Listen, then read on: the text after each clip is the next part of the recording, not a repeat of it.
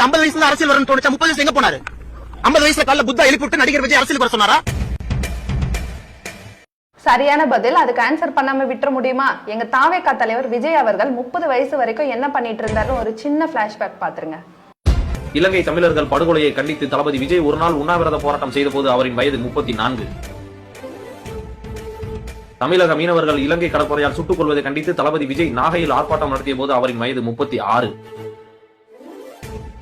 போராட்டம் மட்டும் தான் பண்ணிருக்காரா, வேற எந்த நல்லதும் பண்ணலையா அப்படின்னு கேட்டா பண்ணிருக்காரு. அதையும் என்னன்னு பாத்துருவோம். 1996 சென்னையில் பெருவெள்ளம் ஏற்பட்ட போது 100 மூட்டை அரிசியை அப்போதைய சென்னை மேயர் திரு மு க ஸ்டாலின் கிட்ட கொடுத்த போது அவருடைய வயது 21.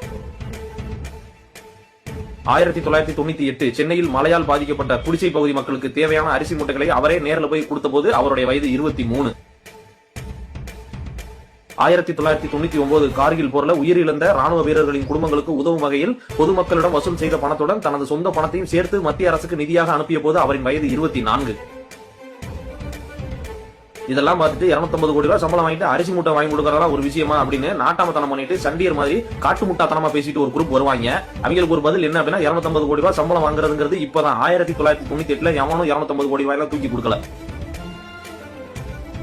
மோடி குஜராத்துக்கு முதலமைச்சர் ஆகிறதுக்கு முன்னாடியே, அதாவது 2001 ஜனவரி 26 இந்தியாவின் 52வது குடியரசு தினம் அன்னைக்கு குஜராத்ல பூகம்பம் ஏற்பட்டுச்சு. அந்த பூகம்பத்துக்கு தன்னால் இயன்ற உதவியோடு மக்களிடம் நிதி உதவி பெற்று குஜராத் மாநிலத்துக்கு அவர் நிதி அனுப்பி வைத்தார். அந்நியாரம் அவரோட வயது 26.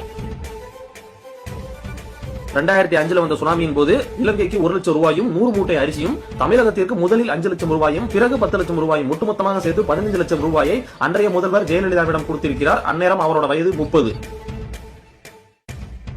2008 ஓசூர்ல இலவச பள்ளிக்கூடம் ஒன்றை திறந்து வைத்தார். அந்நேரம் அவருடைய வயது 33.